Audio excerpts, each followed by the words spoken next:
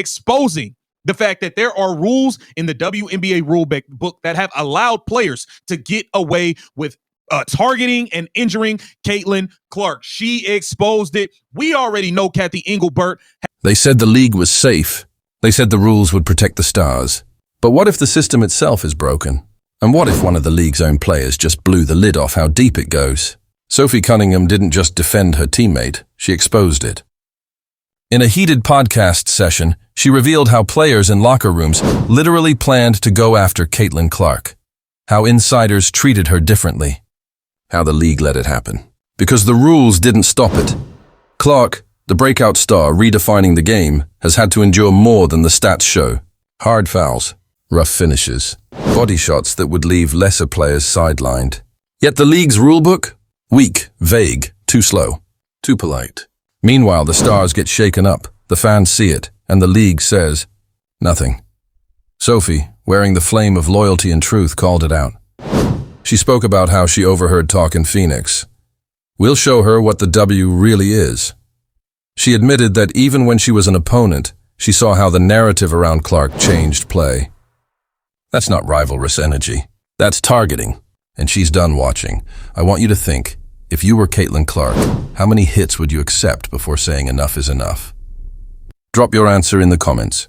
Your perspective matters now. Here's the kicker. While the league focuses on exposure, branding, sponsorships, they're ignoring athlete safety.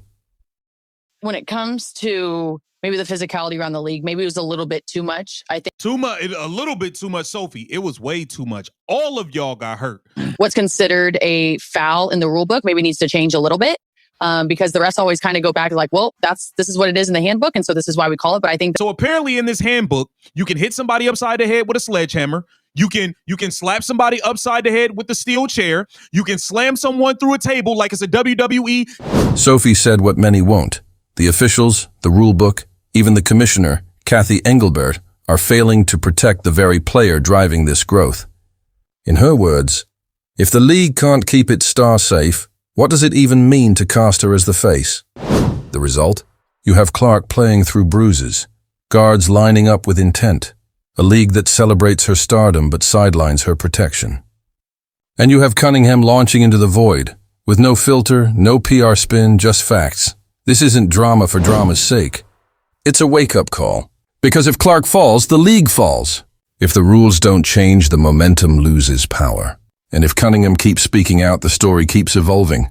The WNBA can brag about records and ratings all at once. But if it loses its star, it loses everything.